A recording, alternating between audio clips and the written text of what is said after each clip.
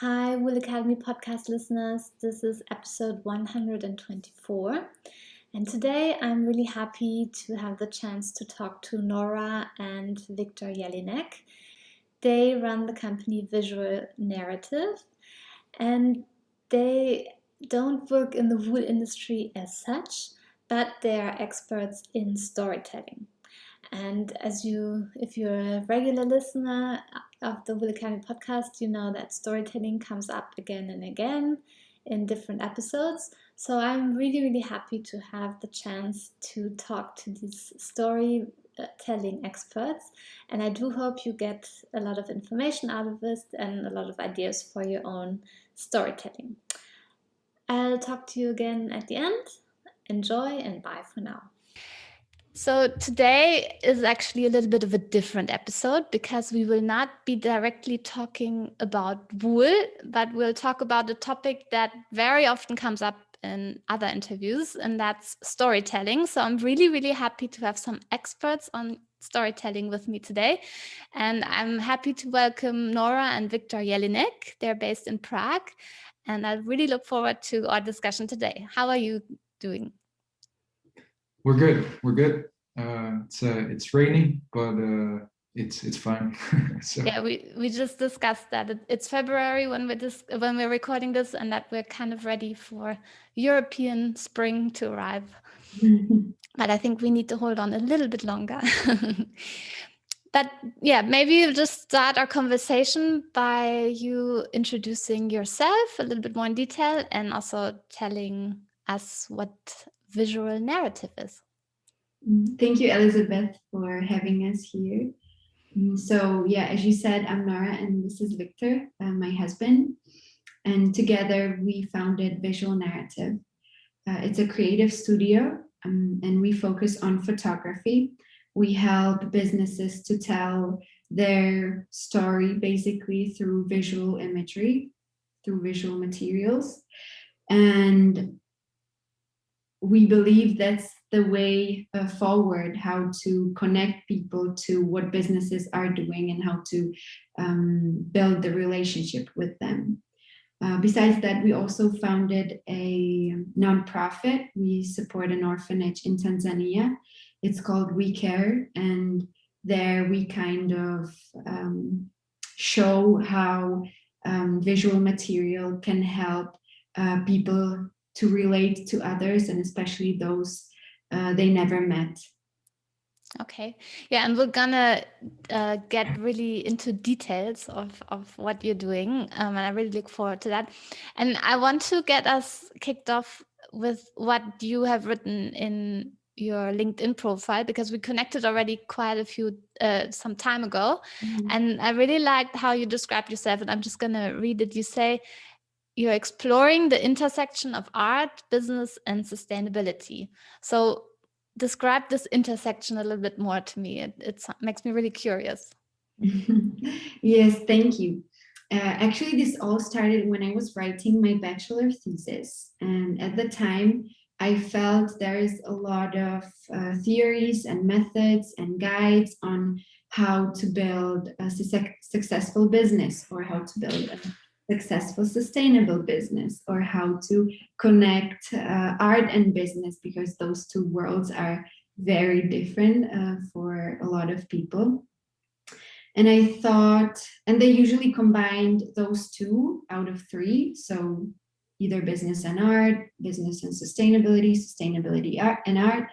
But I didn't feel there was enough discussion, and none that I could find that would explore the theory behind it in more detail, connecting all those three together. And I felt that businesses in general have the highest potential to reach within the intersection of these three. So there's a lot of detail to it, because you can incorporate art into a business in so many different levels. So you can have it, you can have a painting as you do in your office. That's one way, very physical. Then you can have it as an entertainment. People usually colleagues go out and watch a movie or go to a theater, or it can be an instrument using, for example, for team building, but also it can be used on a much more strategic level. So it can help businesses to teach their teams soft skills. That's what art is very good for. And this goes for sustainability too, right? So there's so many ways how to do it. But actually my bachelor thesis was kind of the ground basis of researching the topics and how or what kind of methodology, kind of a blueprint could be laid out for businesses to actually build their business within, or not only business, also a nonprofit or some other endeavor within the intersection of these three. So at the moment, the thesis is behind me, obviously. I put it all together. It was like the research phase. And at the moment, I'm more in an observant kind of stage, when hopefully one day I'll get back to it on academic level again, and maybe put it into practice. But for us at the moment, it's also about how to actually try and put it into practice within Visual Narative and We Care. Yeah, and I think that's what we're going to talk also in more detail, how you probably a lot that you discovered in your bachelor is influencing your work at Visual Narrative. And you say about Visual Narrative that you use aesthetics to vocalize current global issues. So can you describe a little bit that more in detail? And I don't know if that's the part where you'll also share some visuals with us. Yes, we'll try. We'll see how it goes.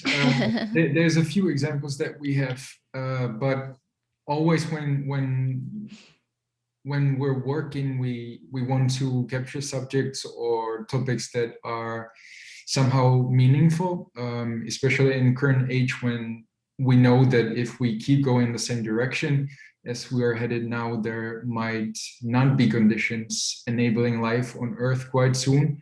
So one of the projects that we did, and a specific example, is when we visited Alaska 2 years ago. We took images over there, and then the final images, we printed them out, organized an exhibition, and planned a few more extra ones that unfortunately ended up not happening because of the COVID-19 situation yet. But we saw this as an opportunity to show what many people whom we can talk to either have never seen, or for whatever reason might not be able to visit at all. And such events, we believe that they have the potential to raise discussions, and discussions can overlap into other concrete initiatives. Then another thing, and I'll try to share the screen now. Let's see how it works. Yeah, works. Do you still see it? Yes, I see everything. Yes. Okay. So for those of you who are just listening to the podcast, I do recommend that you also look on the YouTube video to see the work that we show right now.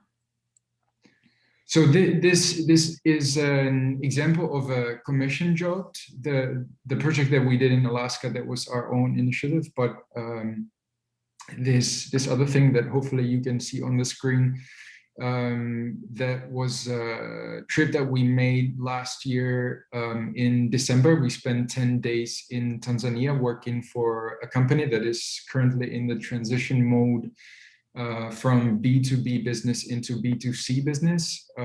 They covered the whole supply chain from the very beginning, where they are in a close contact with farmers, all the way to processing, shelling the nuts, because this is a business that focus on selling cashew nuts. So we were paid to go down to Tanzania and spend time with the farmers, observing the whole process, what's happening on the way, and at the end put together a private stock of images or an archive that they could afterwards use for all of their visual materials, like website, ad campaigns, and social media. Yeah, social media, newsletters, yeah, whatever they need for their marketing purposes or as a company. This is a guy who started the company. His name is Fahad. He was born in Zanzibar in Tanzania. And then when he was 2, he moved with his family to Bahrain. And then when he was 10, he moved to Canada, where he studied marketing and business. And then he always felt like he wanted to get back to Tanzania at some point, and is one of the great examples of people who got education in the West, but were capable or willing to come back and give something to the country where they grew up. Yeah, so this is some of the visuals that we captured. Yeah, beautiful images that the company can use. Yeah, the idea is to show visually the story behind the cashew, because cashew nuts are mostly processed in India and Thailand or India, Vietnam. India and Vietnam. So they get sent to a different part of the world to only get unshelled, right? So we try to capture the energy, how the women and the community lives down there, to help build the narrative of the More Than Cashew brand, so that the customers better understands what is behind the product. Mm-hmm. Yeah, so that's this one.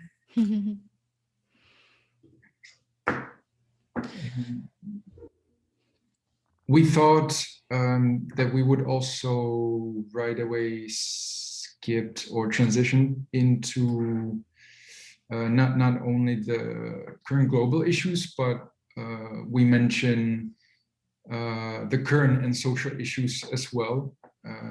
Right away, if I can mention that. Mm-hmm. So for example, in 2018, in our country, a lot of people had a lot of opinions about the refugee crisis that hit Europe in 2015. And to some point, it is still, for many people, a topic that they will argue about and discuss different views on the whole thing. But again, even within our close community, where there were people who thought all kinds of things of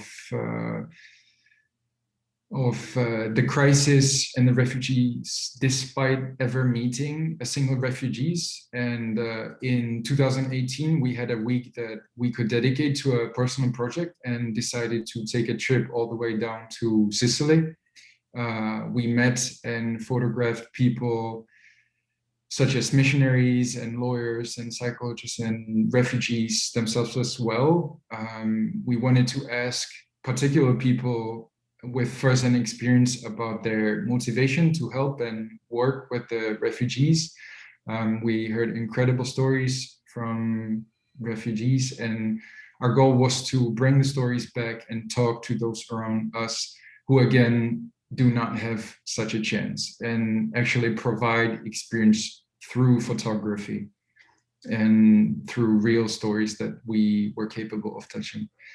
And then last example that we have is from Costa Rica.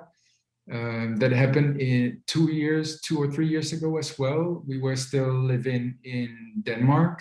We were Skyping one night with my family, and we found out that my youngest brother, who's physically handicapped, happened to be playing for the Czech national team of handicapped table tennis players, which we didn't know at the time because there were only a few Skype calls time to time.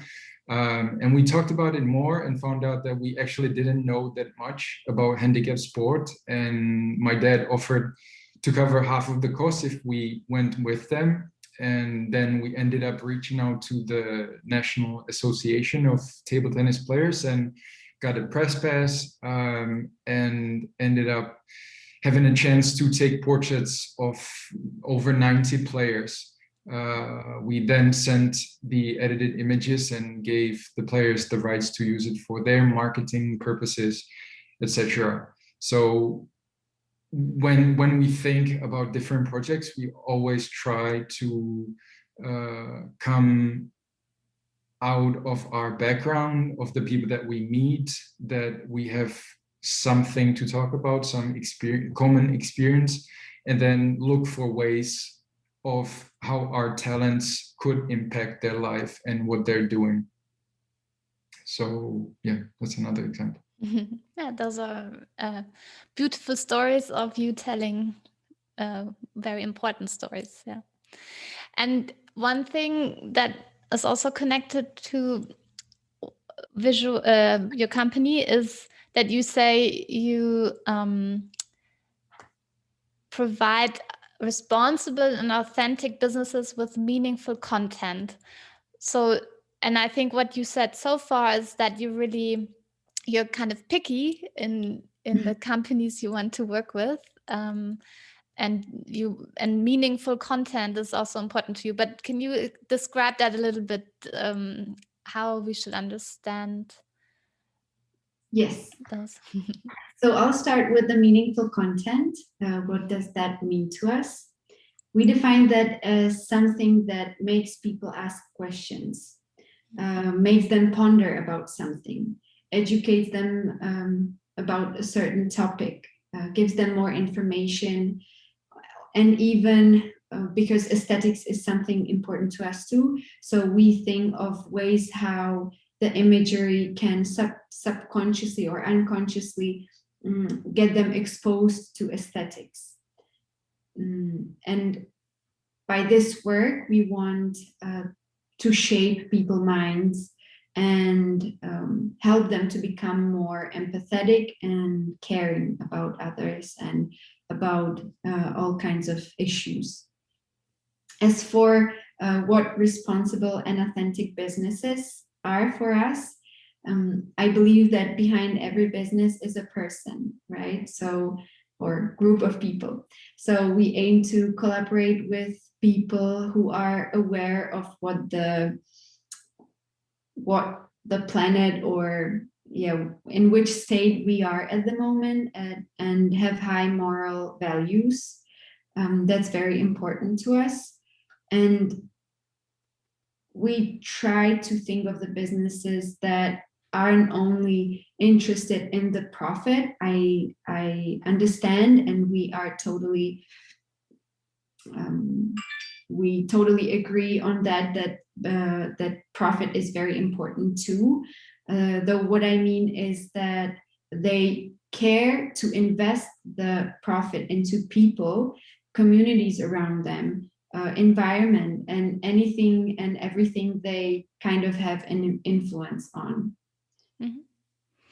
And when I think what comes to my mind in regard to meaningful content, like, I don't know, with social media becoming more and more important and everybody having websites, then it's kind of like content. So there was a phase I felt where it where it was said, oh, you have to post like 20 times on Twitter each day, and you have to post 3 times on Instagram per day, and that kind of created this demand for content. But I kind of feel that it's like we're oversaturated with meaningless content, because when you go high on quantity, you automatically often use the quality. So I find that term really important, and also defining that I think we have to move away from just content for content's sake, but high meaningful qualitative content. And yeah, so that what comes to my mind and what I find intriguing with the work that you do. And yeah, also already in my introduction, I said that we often talk about storytelling, and when I talk to growers, I often ask them about how they tell their stories. Um, but like maybe from your perspective, how do you define storytelling, and how is it different to just a picture, Mhm. and why do you think it's important? Okay, so I like to think about it this way, that people always loved stories. They told stories before books, before TV, before radio, and obviously internet. That's how they spend time, right? They talk to each other and share their experience through storytelling.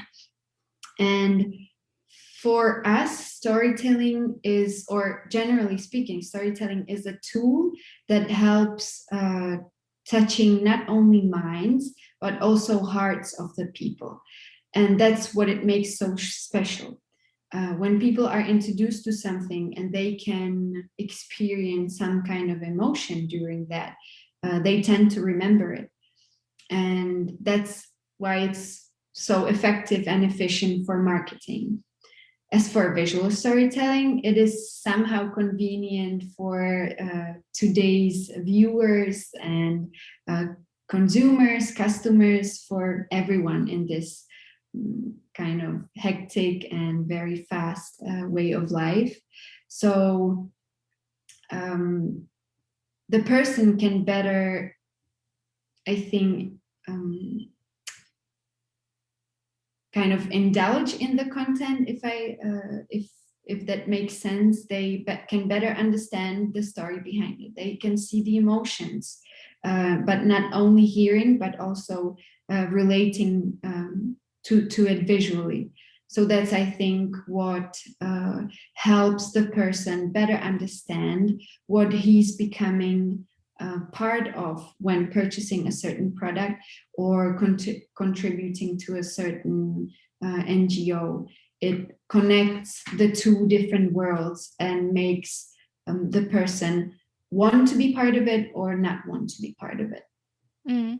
Yeah, and like I said, I see very much like, so the term storytelling comes up more and more.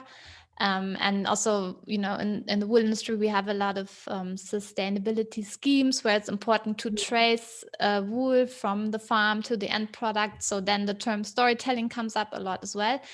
But what I'm missing, so I see a demand and high importance, but what I'm missing is also the willingness to invest into storytelling and to hire a team, who will go somewhere and take photos. So why do you think there's this gap at the moment of acknowledging that storytelling is important, but actually investing in good, what do you say, meaningful content? I don't see that happening too much at the moment. I think we have to state or say that our knowledge to this is limited to what we've experienced ourselves when reaching out to clients or to people who could use our services.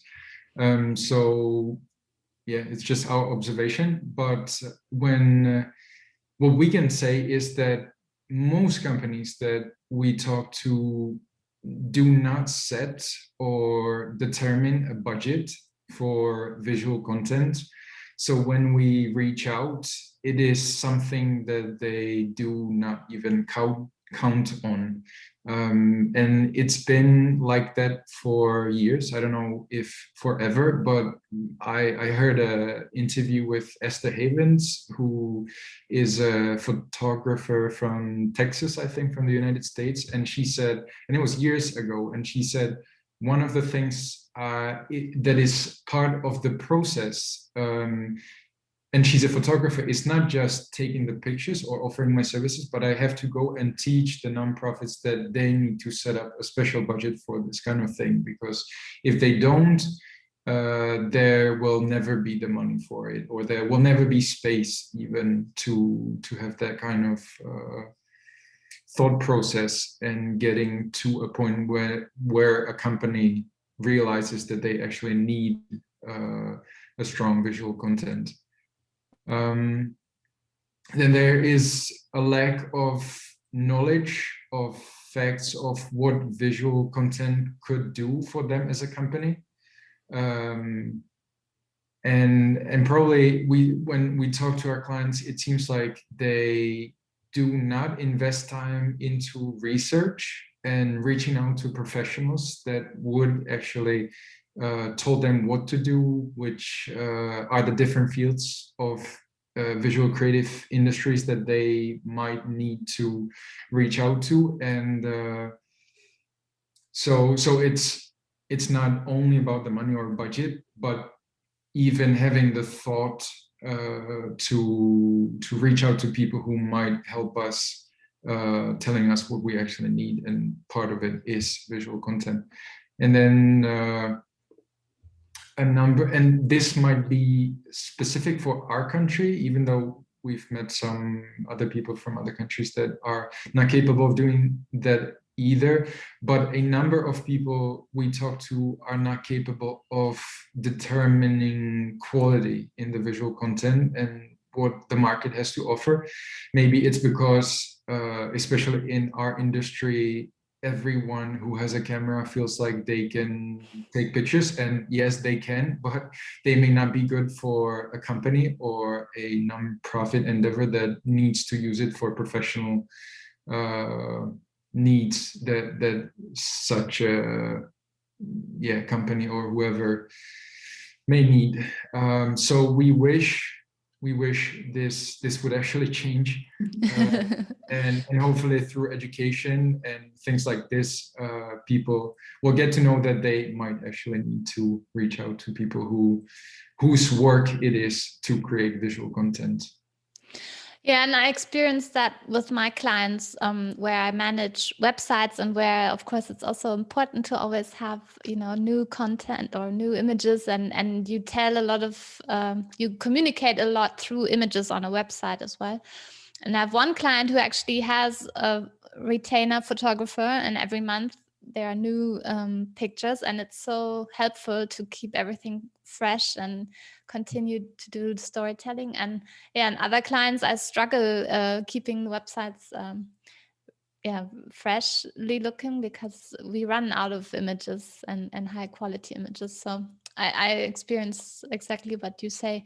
And I think you already kind of touched on my next question. So, but maybe we can summarize. So how can companies overcome these barriers to create visual content and to start telling stories?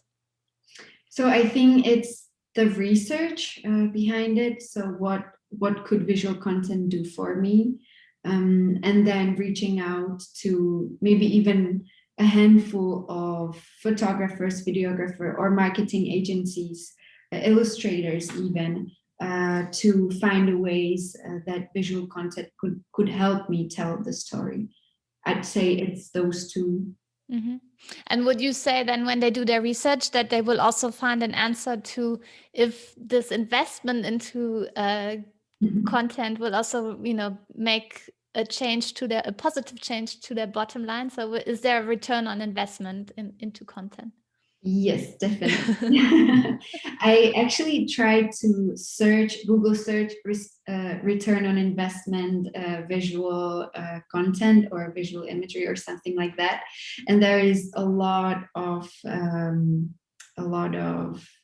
material. Yeah, a lot of material touching this topic. So I definitely recommend trying to look into it and figuring out what would be the best for me or for the company at this point. We can also say from our experience, even though we're not those who implement the content usually, we are those who create it. So it's then usually either a marketing agency or the business itself that uses the content afterwards. But we can talk about our experience at the NGO at We Care. So it helps us to position our brand. It helps us to create awareness, especially during offline events. So people recognize us by our visual materials, actually. And this past year what was very helpful was using photographs in our newsletters that helped us raise much more donations that we could have without that, and without storytelling itself. I mean, written content too. Mm-hmm. That's a helpful example. And another, so we talked a lot now about companies and NGOs, but of course, I'm also always interested in what helps wool growers. And as you might have listened to some of the interviews, there are a lot of wool growers who have their Instagram account, and they report on what's going on their life. And I find that's also a very important type of storytelling, and it's, I think, very authentic of growers. And for me, it doesn't need to be, high quality, perfect type of photo, but authentic, showing what they're really doing. And what is your opinion to that? And how do you think wool growers can tell their stories even better? I definitely think it has its place, like this authenticity that can never be replaced by anything else. But on the other hand, wool growers are a part of a certain supply chain and value chain as well. And I think there is a big potential by collectively, or reaching out to their buyers and collectively investing into a professional imagery. Again, be it different kinds of it. This way, they can spread the costs, the investment, but also all of them can enjoy the benefits of having the content. And furthermore, during a certain period of time, if there is more buyers who are interested in using this content and they haven't invested in it in the first place, there is always a space for them to get involved, to buy the rights ex post for you, or to be able to use the imagery. So I think this is a way that could help more people think about it and spreading the costs, and thus being more willing to invest, because in a way it is kind of a big investment, and people might feel overwhelmed. So if we again talk about sustainability on its own, collaboration is a very big part of it. And as I said, I see a big potential in thinking about this option too. Yeah, no, definitely. Yeah, and I guess costs can get high for creating content because you have to travel to places, and if you look at agriculture, they can be quite remote, and then it's your time and the travel costs, etc. Yeah, and my last question, and tell me if you feel obliged to answer that. But we said earlier, some time ago it was content, and at the same time also the channels have exploded. So nowadays you have several social media channels, and then you might have your website and a newsletter option, and it becomes kind of overwhelming. So from your perspective, is it important to cover as many bases as you can, or should you be selective and just choose a few channels? What is your opinion there? We don't think it is a good idea to use all available platforms. We would strongly suggest to observe a company's audience, their needs and expectations. Based on that, it is then possible to determine where a particular audience tend to spend their time and where they look for answers. It is then when a company can bring content its audience is searching for.